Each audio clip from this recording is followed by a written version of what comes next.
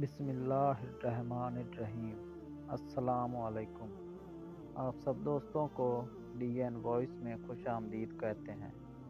अहमद बिन अलमादी रहमतुल्लाह अलैह फरमाते हैं, एक रात का जिक्र है, मैं बगदाद में था कि एक औरत मेरे पास आई और मुझे बताया कि वो अच्छे घराने से ताल्लुक़ रखती है, मगर इस वक्त वो एक आजमाइश में मुब्तला है, और बोली, आपको खुदा का वास्ता है, मेरा पर्दा रख लीजिए।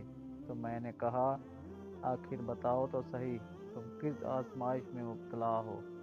तो वो बोली, मेरे साथ ज़बरदस्ती हुई और अब मैं हामला हूँ, और लोगों से मैंने ये कह दिया है कि आप मेरे शौहर हैं और ये हमल आपसे ही है। तो खुदा के लिए मुझे रुस्वा मत कीजिएगा और मेरा पर्दा रख लीजिएगा। अल्लाह ताला आपका पर्दा रखे। वो खामोश रहे और कुछ न कहा।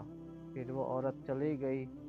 फिर कुछ पता न चला, यहाँ तक कि उसके यहाँ एक बेटे की विलादत हुई। तो मोहल्ला के इमाम चंद पड़ोसियों के साथ मुझे बेटे की मुबारकबाद देने के लिए आए। मैंने उनके सामने बेपनाह खुशी और मुसर्रत का इजहार किया और अगले दिन उस बच्चे के नाम से 2 दिनार इमाम साहब को दिए और कहा, ये उस औरत को देना, ये उस बच्चे का खर्चा है, क्योंकि हम दोनों के दरमियान किसी बात पर अलहदगी हो चुकी है। फिर मैं हर महीने 2 दिनार इमाम के हाथ पर रखता और कहता, ये बच्चे का खर्चा है। यहाँ तक कि 2 साल का अरसा गुजर गया। फिर ऐसा हुआ कि उस बच्चे का इंतकाल हो गया और लोग मेरे पास ताज़ियत के लिए आने लगे। मैं उन लोगों के सामने तस्लीम व रज़ा का इजहार करता रहा।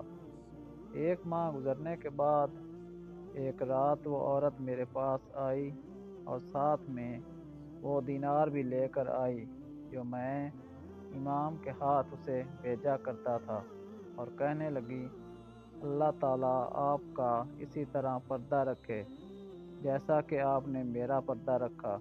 तो मैंने कहा, ये दिनार बच्चे से मुतल्लिक थे, अब ये तुम्हारे हैं, तुम इसका जो चाहे वो करो।